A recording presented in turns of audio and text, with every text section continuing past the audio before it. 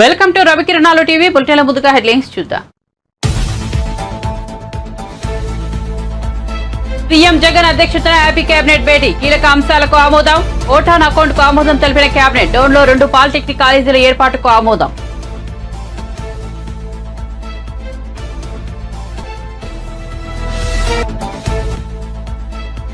BJP పెద్దలతో సమావేశమవుతున్న చంద్రబాబు, పొత్తులపై తన high command సరైన నిర్ణయం తీసుకుంటుందన్న పురంధేశ్వరి, పార్టీని బలోపేతం చేసేందుకు కృషి చేస్తున్నామని వ్యాఖ్య.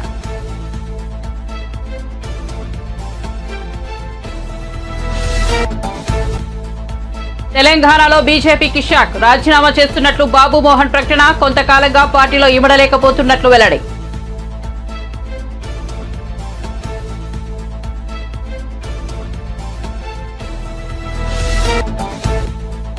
నాటకాలు ఆడటంలో కేసీఆర్ ను మించిన దిట్టలేడన్న మంత్రి జూపల్లి కృష్ణారావు. కేఆర్ఎంబీ విషయంలో నిలదీయాల్సిన సమయంలో నిలదీయకుండా ఇప్పుడు సభలు ఏంటని ప్రశ్న.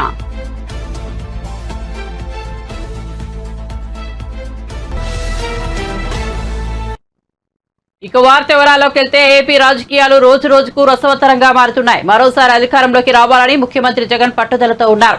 ఇప్పటికే పలు స్థానాలకు అభ్యర్థులను కూడా ప్రకటించారు. వైసీపీని ఓడించి అధికారాన్ని చేపట్టాలని టీడీపీ జనసేన కూటమి వ్యూహాలను రచిస్తోంది. రాష్ట్రంలో ప్రారంభం కోల్పోయిన కాంగ్రెస్ పార్టీని మళ్లీ గాడిలో పెట్టాలని ఏపీసీసీ అధ్యక్షులు షర్మిల తన వంతు కృషి చేస్తున్నారు. మరోవైపు టీడీపీ అధినేత చంద్రబాబు ఢిల్లీకి వెళ్తున్నారు. బీజేపీ పెద్దలతో ఆయన భేటీ కానున్నారు. టీడీపీ, జనసేన, బీజేపీల మధ్య పొత్తు చర్చల కోసమే చంద్రబాబు ఢిల్లీ వెళ్తున్నారనే ప్రచారం జరుగుతోంది. ఈ నేపథ్యంలో రాష్ట్ర బీజేపీ అధ్యక్షురాలు పురంధేశ్వరి స్పందిస్తూ పొత్తులపై తన హైకమాండ్ సరైన సమయంలో సరైన నిర్ణయం తీసుకుంటుందని చెప్పారు. రాష్ట్రంలో పార్టీని బలోపేతం చేసేందుకు తాము కృషి చేస్తున్నామని అన్నారు. ప్రధాని మోదీ సూచించినట్టు ఎంపీ స్థానాలను గెలుస్తామని చెప్పారు. తాము ఏం చేయాలనే విషయంలో తమకు ఎలాంటి కన్ఫ్యూజన్ లేదని అన్నారు.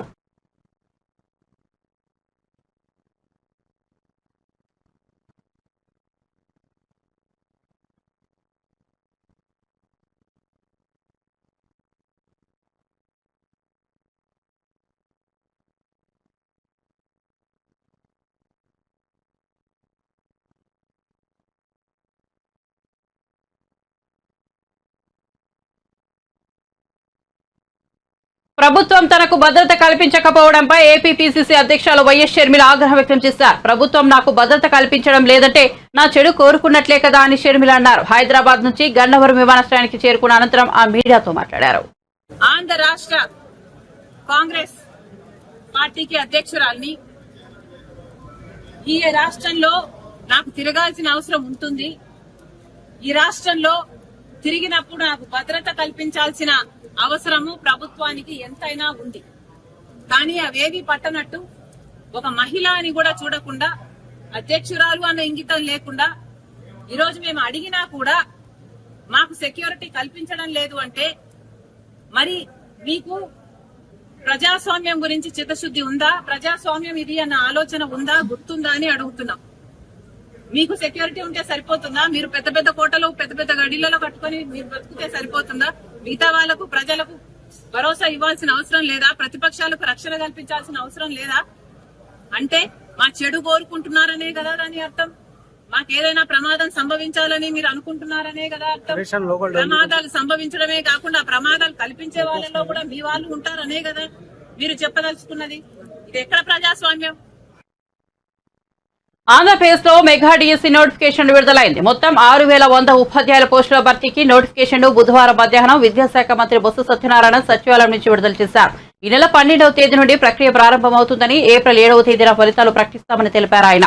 ఏపీ డిఎస్సీ నోటిఫికేషన్ వివరాల్ని మంత్రి బొత్స మీడియాకు వివరించారు.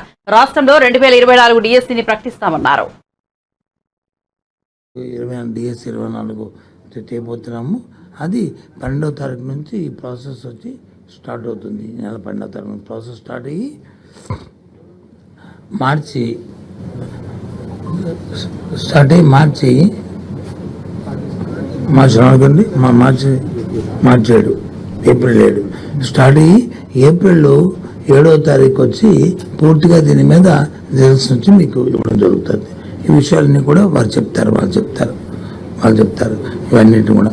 ఇందులో ఏ జిల్లాకి ఎన్ని అనేవి కూడా మీకు అందరూ లిస్ట్ మీకు పంపిస్తాను.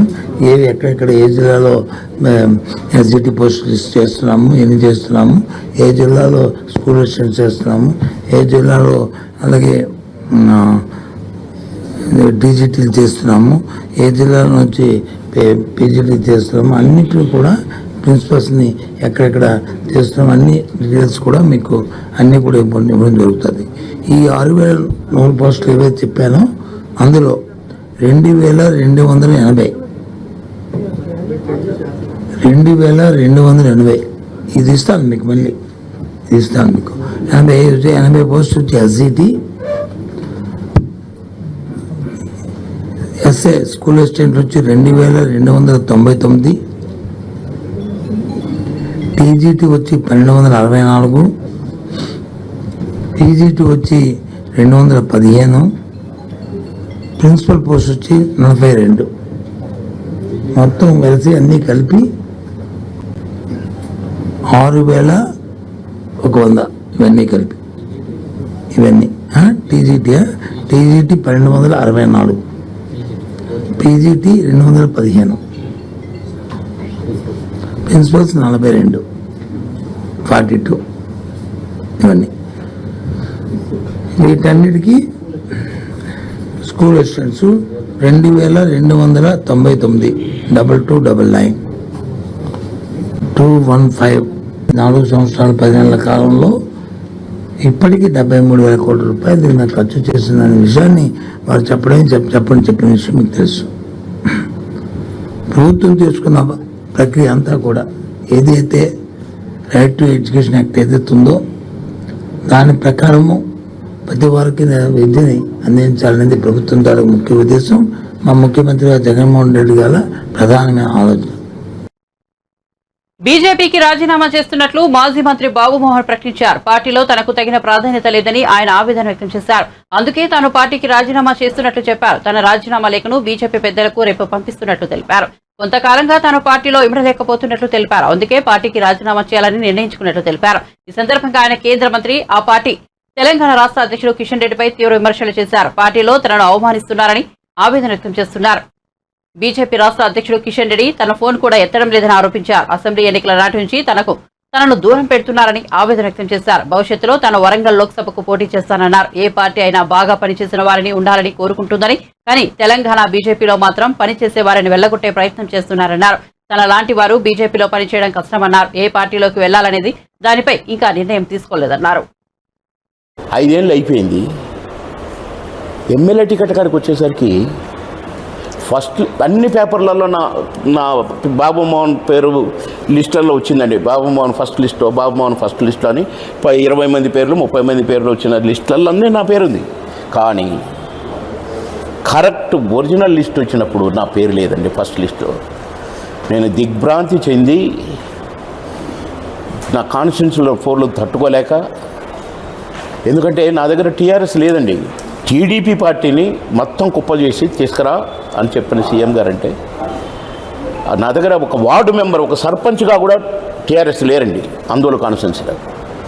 అలాంటిది మొత్తాన్ని కుప్ప చేసి టీఆర్ఎస్ అని బోర్డు పెట్టి జాయిన్ అయ్యి 2 సార్లు డిప్యూటీ సీఎంగా చేసిన దామోదర్ గారిని వారి మీద నేను గెలిచాను. ఈ ఎలక్షన్కి మొత్తం మళ్ళీ నా బ్యాచ్ మొత్తాన్ని తయారు చేసుకొని పెట్టుకున్నాను. ఎప్పుడైతే ఫస్ట్ లిస్ట్లో నా పేరు రాలేదో సందిగ్ధంలో పడిపోయారు. ఎట్లా ఇప్పుడు ఎటు పోదాం మనం, బాబన్నకు టికెట్ రాలేదు, ఇప్పుడు ఇక్కడ ఉంటేనేమో అతనికి పని చేయాల్సి వస్తుంది, ఇప్పుడు ఏం చేద్దాం అనుకుంటున్న టైంలో సెకండ్ లిస్ట్ వచ్చింది. సెకండ్ లిస్ట్లో కూడా నా పేరు లేదు. ఎప్పుడైతే సెకండ్ లిస్ట్లో నా పేరు లేదో నేను వెంటనే ప్రెస్ మీట్ పెట్టి నేను పోటీ చేయట్లేదు, నాకు ఎమ్మెల్యే టికెట్ వద్దు అని చెప్పడం కూడా జరిగింది. దానికిగా అట్టెట్లా ఇట్టెట్లా నువ్వే అసలు క్యాండిడేట్ అయితే ఫస్ట్ లిస్ట్ ఎందుకు లేదు, కనీసం సెకండ్ లిస్ట్ ఎందుకు లేదు? ఎవరైనా పోటీ ఉన్నారా? బాబుమోహన్కు పోటీ లేదు. నా స్థాయి ABCD అట వాళ్ళు డిసైడ్ చేసుకుంటారు వేదవులకు.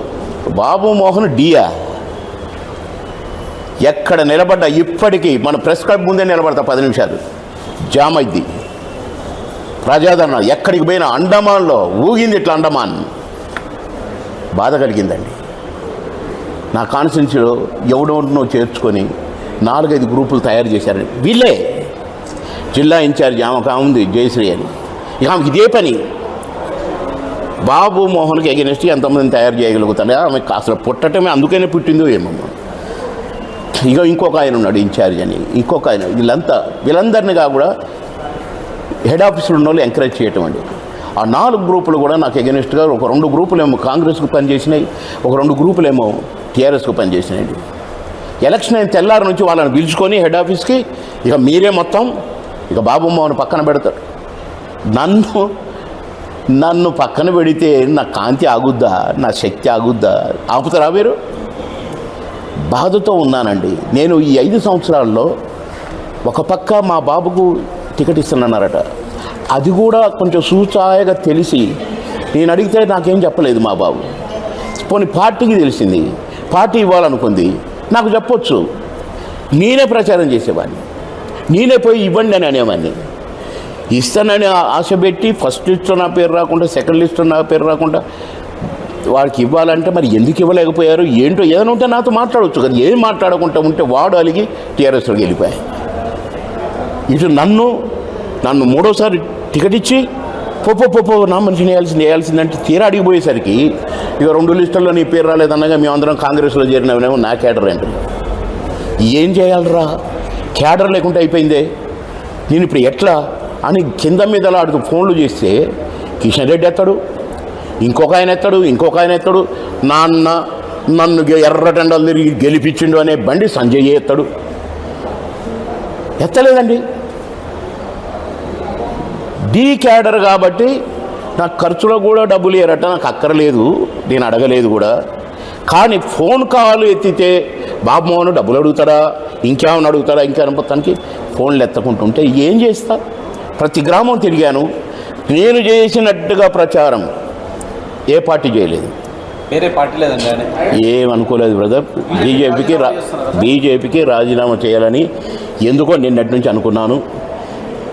నేను ప్రెస్ మీట్ పెట్టాలనుకున్నాను, కానీ నన్ను ఎవరైనా ఏదైనా అడిగితే కూడా చెప్పాల్సి వస్తుంది, తప్పదు. కనుక ఎందుకో అసలు డైరెక్ట్గా నేను బీజేపీకి రాజీనామా చేస్తున్నాను. రేపు ఏం చేస్తానో ఏమవుతానో తెలియదు, కానీ జీవితంలో ఖచ్చితంగా ఒక్కసారి వరంగల్ ప్రజలకు మాట ఇచ్చాను కనుక, నేను అక్కడ పుట్టాను కనుక ఎంపీగా పోటీ చేస్తాను, గెలుస్తాను. గెలిస్తే ఎక్కడో ఇంకా అనుకోలేదు బ్రదర్, నేను రాజీనామానే అనుకున్నాను. నాటకాలు ఆడటంలో కేసీఆర్ను మించిన దిట్టలేడని తెలంగాణ రాష్ట్ర మంత్రి జూపల్లి కృష్ణారావు విమర్శించారు. నల్గొండలో ఫిబ్రవరి 13న బీఆర్ఎస్ నిర్వహించిన నిరసన సభపై జూపల్లి మండిపడ్డారు. కేఆర్ ఎంపీ విషయంలో నిలదీయాల్సిన సమయంలో నిలదీయకుండా ఇప్పుడు సభలు పెట్టడం ఏమిటని ప్రశ్నించారు. అసలు ప్రాజెక్టులను కేఆర్ ఎంపీకి అప్పగించేందుకు అంగీకరించినందుకే కేసీఆర్ పని ఆరోపించారు. అంగీకరించిందే కేసీఆర్ అని ఆరోపించారు. అసెంబ్లీ ఎన్నికల సమయంలో ప్రజలు ఓడించి శిక్ష వేసిన బీఆర్ఎస్ నాయకులకు బుద్ధి రాలేదని విమర్శించారు. కేసీఆర్ తన 10 ఏళ్ల పాలన సమయంలో పాలమూరు రంగారెడ్డికి అనుమతులు ఎందుకు తెచ్చుకోలేదు అని నిలదీశారు. కానీ కాళేశ్వరానికి ఆదరాబాదరాగా అనుమతులు తెచ్చుకున్నారని ఆరోపించారు. కమిషన్ల కోసమే కాళేశ్వరానికి మాత్రం అనుమతులు తెచ్చారన్నారు. పార్లమెంట్ ఎన్నికలు వస్తున్నాయి కాబట్టి కేసీఆర్ జల వివాదాన్ని ముందుకు తెచ్చారన్నారు. ఉద్యమం చేస్తామని బీరాలు పలకడం జరిగింది. కల్వకుంట్ల చంద్రశేఖరరావు గారు, గౌరవ మాజీ ముఖ్యమంత్రులు నిన్న తెలంగాణ భవన్లో సమావేశాలు మాట్లాడుతూ ఈ యొక్క కృష్ణా నదీ జలాలపైన ఉద్యమం చేస్తామని బీరాలు పలకడం జరిగింది. ఎట్లుందంటే, గిల్టీ విల్ ఆల్వేస్ ఫియర్. తప్పు చేసినోడు ఎప్పుడైనా భయపడతాడు. ఉల్టా చోర్ కోత్వాల్కు డాట్ అనే పద్ధతిలో ఉంది. 10 సంవత్సరాల అధికారంలో ఉండి అసలు తెలంగాణ రాష్ట్రం తెచ్చుకున్నదే మొదటి అంశమే నీళ్లు, నిధులు, నియామకాలు. గొప్ప గొప్ప మాటలు మాట్లాడారు 10 సంవత్సరాలు. ఈరోజు ఉద్యమం చేస్తూ ఉంటారు. ఎందుకోసం? ఈ 10 ఏళ్ళు ఏం చేసిండ్రు? ఎందుకు ఈ పరిస్థితి వచ్చింది? ఇలా కేసీఆర్ ముఖ్యమంత్రి గారు ఇరిగేషన్ శాఖ మంత్రిగా గడిచిన 5 సంవత్సరాలు, అంతకుముందు ఆయన అల్లుడు గారు హరీష్ రావు గారు ఇరిగేషన్ శాఖ మంత్రులు. అంటే ఇద్దరు కలిసి ఈరోజు పార్లమెంటు ఎన్నికలు దగ్గరకు వచ్చినాయి కాబట్టి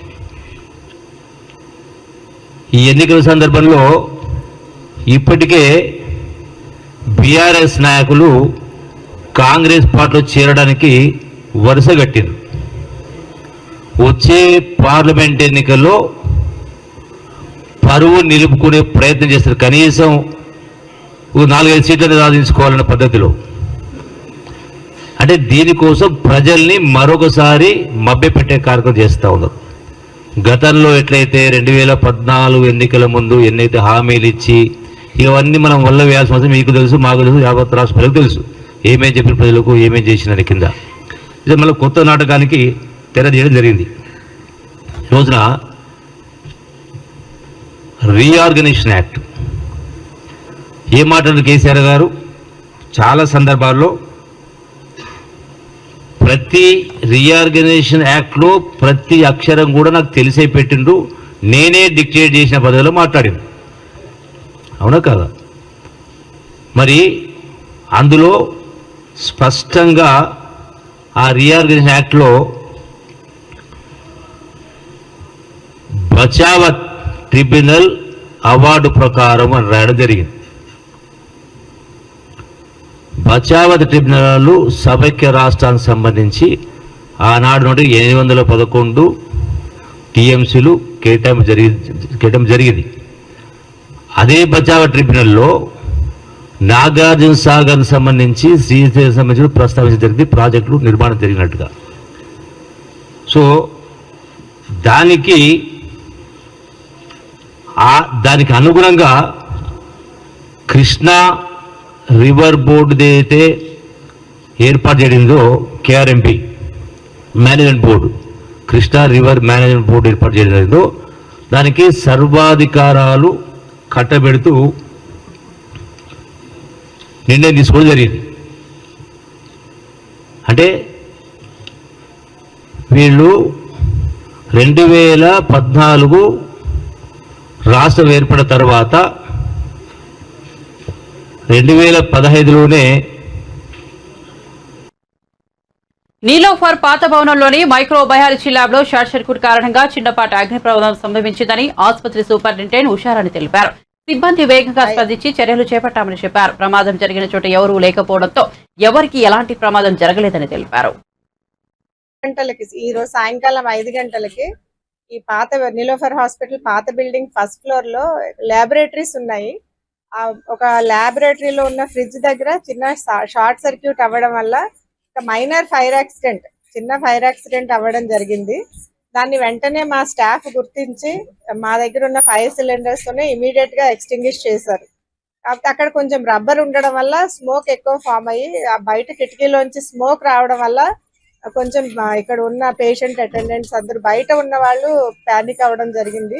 కాకపోతే అందుకే ముందు జాగ్రత్తగా ఫైర్ ఇంజిన్ కూడా పిలిపించాము, ఫైర్ సేఫ్టీ పీపుల్ ని కూడా.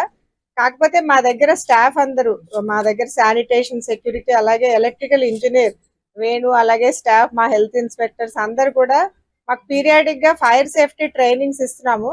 దానివల్ల మా స్టాఫ్ అందరూ ఫైర్ సిలిండర్స్ ని ఎట్లా ఆపరేట్ చేయాలి, ఏదన్నా ఫైర్ వస్తే ఎలా ఎక్స్టింగ్విష్ చేయాలి అనే దాని మీద ట్రైన్ అయి ఉన్నారు. కాబట్టి ఇమీడియట్ గా కొంచెం స్మోక్ రాగానే ఆ రూమ్ ఓపెన్ చేసి ఇమీడియట్ గా ఫైర్ ఎక్స్టింగ్విష్ చేయడం జరిగింది.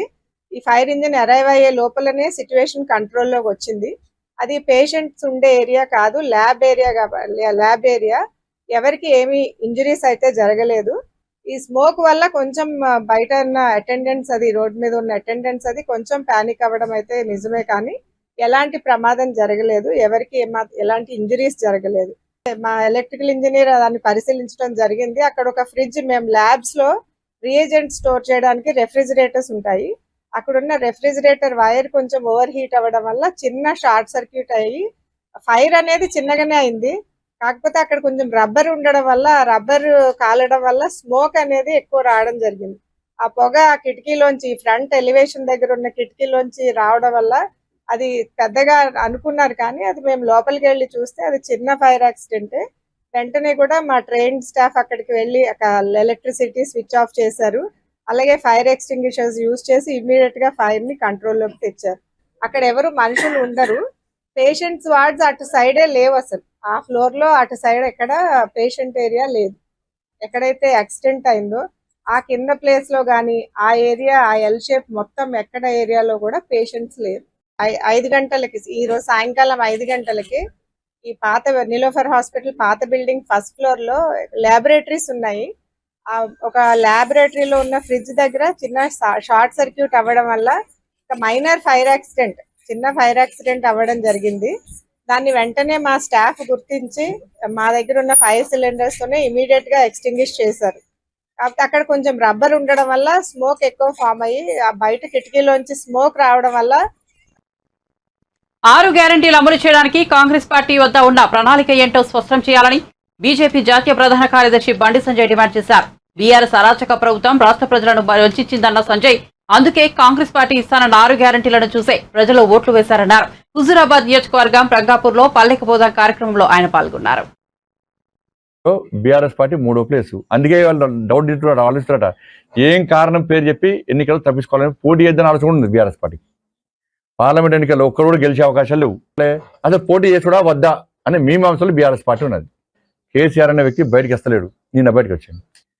ఈ దేశం ఇంకా మోడీ గారి ఆలోచన వరకు శక్తివంతమైన భారతదేశం ఇంకా నెంబర్ 1 స్థానానికి పోవాలంటే, ఈ దేశంలో పేద ప్రజల బతుకులు ఇంకా బాగుపడాలంటే నరేంద్ర మోడీ గారి ప్రభుత్వం తిరిగి 3వసారి రావాల్సిన అవసరం. బీఆర్ఎస్ పార్టీ ఏమని పోటీ చేస్తుంది?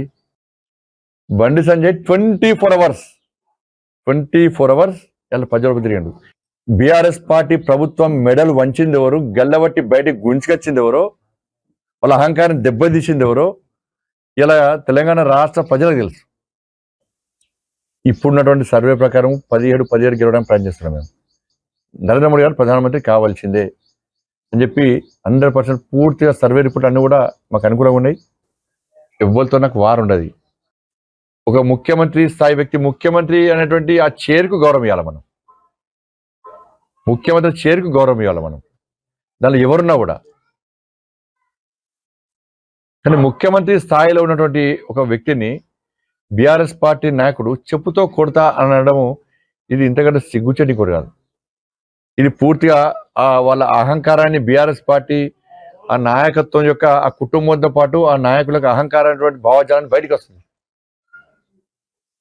ఇది కరెక్ట్ కాదు. ఇది ప్రజలను సమస్యలను పరిష్కరించే విధంగా ఈ అసెంబ్లీ ఉపయోగపడాలి తప్ప టచ్లు చేయడము, అంతు చూడడము, సంగతులు చూడడానికి అసెంబ్లీ వేదిక కాదు. పెట్టుకొని బహిరంగ సభ జింకానా గ్రౌండ్లో మేమే బహిరంగ సభ ఏర్పాట్లు అన్నీ చేస్తాం. వాళ్ళు టచ్ చేస్తారా, వీళ్ళు అంతు చూస్తారా చూసుకోండి మీరు. దానికి గ్రౌండ్లు ఉన్నాయి, వేదికలు చేసుకుని మేమే ఏర్పాటు చేస్తాం వేదికలు. రేపు అసెంబ్లీ వేదికగా అభివృద్ధి విషయంలో, తెలంగాణ రాష్ట్ర ప్రజల సమస్యల విషయంలో, వాళ్ళు పడుతున్న ఇబ్బందుల విషయంలో ఆ పరిష్కారానికి మాత్రమే అసెంబ్లీ వేదిక కావాలి తప్ప ఓరు ఆరోపణలు ప్రత్యారోపణకు అసెంబ్లీ వేదిక కారాదు. తెలంగాణ రాష్ట్ర ప్రజలకు విజ్ఞప్తి చేస్తున్నా, మీకు కాంగ్రెస్ పార్టీ 6 గ్యారెంటీలు ఇచ్చింది, మీకు హామీలు ఇచ్చింది. వాటి మీద రేపు చర్చ జరుగుతుందా జరగదా? ఎన్నికల కోడ్ లోపట వీళ్ళు అమలు చేస్తారా చేయరా మీరు అబ్జర్వ్ చేయండి. మీరు ప్రజలు ఈ హామీలను, ఈ 6 గ్యారెంటీల పాటు ఈ హామీలను మీరు నెరవేర్చడానికి మీ దగ్గర ప్రణాళిక ఏందో ఫస్ట్ స్పష్టం చేయండి. పార్లమెంట్ ఎన్నికల నేపథ్యంలో బీఆర్ఎస్ అంతర్గతంగా బీజేపీతో ఒప్పందం పెట్టుకుందని పెద్దపల్లి ఎంపీ వెంకటేష్ నేత ఆరోపించారు. ఆ పొత్తు సహించలేకే బీఆర్ఎస్ కు రాజీనామా చేసి కాంగ్రెస్ లో చేరినట్లు ఆయన తెలిపారు. రాష్ట్రానికి రావాల్సిన పెండింగ్ ప్రాజెక్టులు, నిధుల విషయంలో ఏ పార్టీతో యుద్ధం చేశామో అదే పార్టీతో బీఆర్ఎస్ పొత్తు పెట్టుకోవడం బాధ కలిగించిందన్నారు. బీఆర్ఎస్ పార్టీ సభ్యత్వానికి రాజీనామా ఎందుకు చేశానంటే, బీఆర్ఎస్ పార్టీ సిద్ధాంతాలు కానివ్వండి, బీఆర్ఎస్ పార్టీ నియమ నిబంధనలు కానివ్వండి, బీఆర్ఎస్ పార్టీలో ఇటీవల జరుగుతున్నటువంటి అంశాలు కానివ్వండి, వీటన్నింటి కారణాల వల్ల నేను బీఆర్ఎస్ పార్టీకి రాజీనామా చేయడం జరిగింది. ఈరోజు బీఆర్ఎస్ పార్టీ ఏదైతే 5 సంవత్సరాలు బీజేపీ ప్రభుత్వంతో యుద్ధం చేసినామో, ఈరోజు మళ్ళీ బీఆర్ఎస్ పార్టీ అంతర్గతంగా బీజేపీతో ఒక ఒప్పందానికి రావడం అనేటటువంటిది నిజంగా నన్ను చాలా బాధించింది.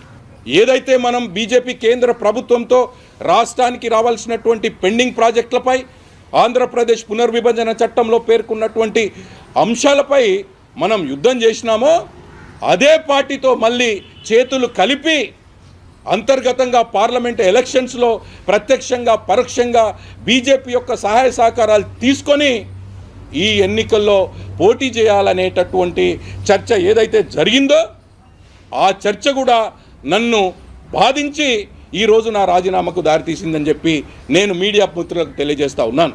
అదేవిధంగా కాంగ్రెస్ పార్టీలో చేరడానికి కారణం ఈరోజు 2018లో నాకు రాజకీయ జన్మనిచ్చింది కాంగ్రెస్ పార్టీ. అదేవిధంగా గౌరవ రాహుల్ గాంధీ గారు ఈరోజు ఈ దేశంలో విభిన్న సంస్కృతులు, విభిన్న మతాలు, విభిన్న కులాలు ఉన్నటువంటి ఈ భారతదేశం భిన్నత్వంలో ఏకత్వంతో కూడుకున్నటువంటి భారతదేశం.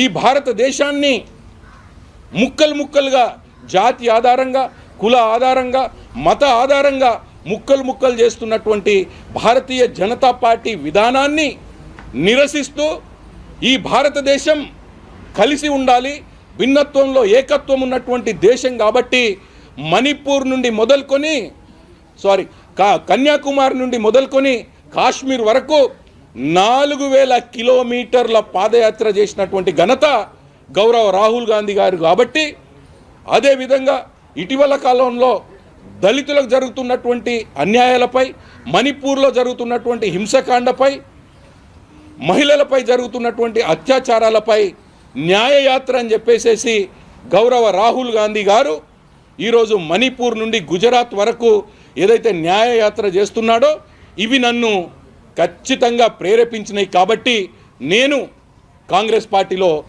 జాయిన్ అవ్వడం జరిగింది. ఈరోజు బీఆర్ఎస్ ఇవాళ ఉదయం నుంచి ఏపీ శాసనసభ స్పీకర్ తమ్మినేని సీతారాం అసహనంగా కనిపించారని తెలుగుదేశం పార్టీ శాసనసభాపక్ష నేత నిమ్మల రామానాయుడు తెలిపారు. శ్రీకాకుళం జిల్లాకు చెందిన ఓ ప్రజాప్రతినిధి, అతని భార్య అవినీతిపై ఓ ప్రధాన పత్రికలో వచ్చిన కథనం ఆయనలో అసహనం పెంచినట్లు ఉందన్నారు. ఇవాళ బడ్జెట్ ఉన్నా మమ్మల్ని త్వరగా సస్పెండ్ చేయడానికి కారణం కూడా అదే కావచ్చని రామానాయుడు పేర్కొన్నారు. పత్రికలో కథనం చదివాక స్పీకర్ ముఖ కవలికల్లో మార్పు ఉందని అసెంబ్లీలో అంతా చెప్పుకుంటున్నారన్నారు. ఆ అసహనంతోనే రైతుల గొడవ వినేందుకు కూడా స్పీకర్ ఇష్టపడలేదన్నారు. రైతు సమస్యలు ఎక్కడ వినాల్సి వస్తుందనే భయంతోనే తామిచ్చిన వాయిదా తీర్మానాన్ని స్పీకర్ తిరస్కరించారని నిమ్మల పేర్కొన్నారు. చర్చించడానికి అసెంబ్లీలో ఈ ప్రభుత్వం ఇష్టపడటం లేదు అని అంటే ఈ 5 సంవత్సరాల జగన్మోహన్ రెడ్డి పాలన వ్యవసాయ వ్యతిరేక విధానాలతో వెళ్ళిందనేది అందరికీ అర్థమవుతున్నటువంటి పరిస్థితి. ఏదైతే ఇక జగన్మోహన్ రెడ్డి ఈ యొక్క 4.5 సంవత్సరాల పాలనలో మనం చూస్తే రైతుల ఆత్మహత్యలలో భారతదేశంలోని ఆంధ్రప్రదేశ్ రాష్ట్రం 3వ స్థానంలో ఉంది అని అంటే, అదే కౌలు రైతుల ఆత్మహత్యల్లో భారతదేశంలోనే ఆంధ్రప్రదేశ్ రాష్ట్రం 2వ స్థానంలో ఉంది అని అంటే ఈవేళ ఎంత రైతు వ్యతిరేక విధానాలతో ఈ రాష్ట్ర పాలన సాగుతుంది అనే దానికి ఇదే ఒక ఉదాహరణ అనే విషయాన్ని సందర్భంగా తెలియజేస్తూ ఉన్నా. అదేవిధంగా ఏదైతే భారతదేశంలో ఉన్నటువంటి రైతు కుటుంబాలు ఏదైతే ఉన్నాయో చూస్తే మరి వేళ ఉదయం నుంచి కూడా కొంచెం, ఎందుకంటే ఈ రోజు ఏదో పత్రికల్లో కొంచెం ఆందోళనగా కనపడినట్టున్నారు. ఎందుకంటే జిల్లాలో మరి సార్ చెప్పిందే వేదం, మేడం గారు ఏది చెప్తే అదే శ్రీరామ శాసనం అన్నట్లుగా ఏదో పత్రికలో వార్త వచ్చినట్టుగా ఉంది. మరి ఆయన జిల్లాలో వచ్చిన వార్త మరి ఎవరికి చెందిందో తెలియదు, కానీ ఆయన మాత్రం కొంత ఆందోళనగా ఉన్నటువంటి పరిస్థితి అయితే స్పీకర్ గారి ముఖంలో మాకు కనిపించినటువంటి పరిస్థితి. ఆ అసహనంతో మరి బడ్జెట్ ఉన్నప్పటికీ కూడా అవకాశం ఇవ్వకుండా సస్పెండ్ చేశారని చెప్పేసి అనుకోవాల్సి వస్తుంది. ఆ జిల్లాలో అంటే ఎవరు ముఖ కవలికలు కొంచెం ఇబ్బందికరంగా పెట్టారో శ్రీకాకుళం జిల్లా, ఆ శ్రీకాకుళం జిల్లాకు సంబంధించి ఏదైతే ఇవాళ పత్రికల్లో వచ్చిన వార్తలు ఏవైతే ఉన్నాయో ఆయన్ని కొంచెం అసహనానికి గురి చేసి తొందరగా మమ్మల్ని ఏమైనా సస్పెండ్ చేసి ఉండొచ్చా అనేటువంటిది అనుమానం కలుగుతుంది.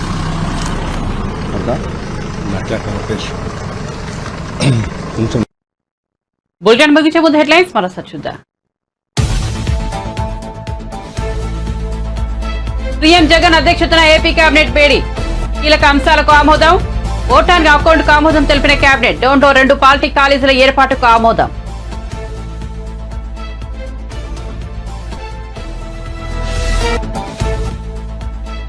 బీజేపీ పెద్దలతో సమావేశమవుతున్న చంద్రబాబు, పొత్తులపై తమ హైకమాండ్ సరైన నిర్ణయం తీసుకుంటుందన్న పురంధేశ్వరి, పార్టీని బలోపేతం చేసేందుకు కృషి చేస్తున్నామని వ్యాఖ్య.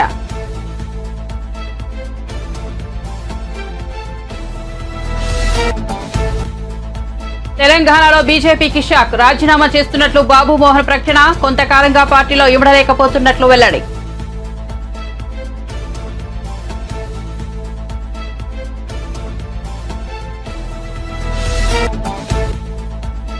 నాటకాలు ఆడటంలో కేసీఆర్ ను మించిన దిట్టలేడన్న మంత్రి జూపల్లి కృష్ణారావు. కేఆర్ఎంబీ విషయంలో నిలదీయాల్సిన సమయంలో నిలదీయకుండా ఇప్పుడు సభలు ఏమిటని ప్రశ్న.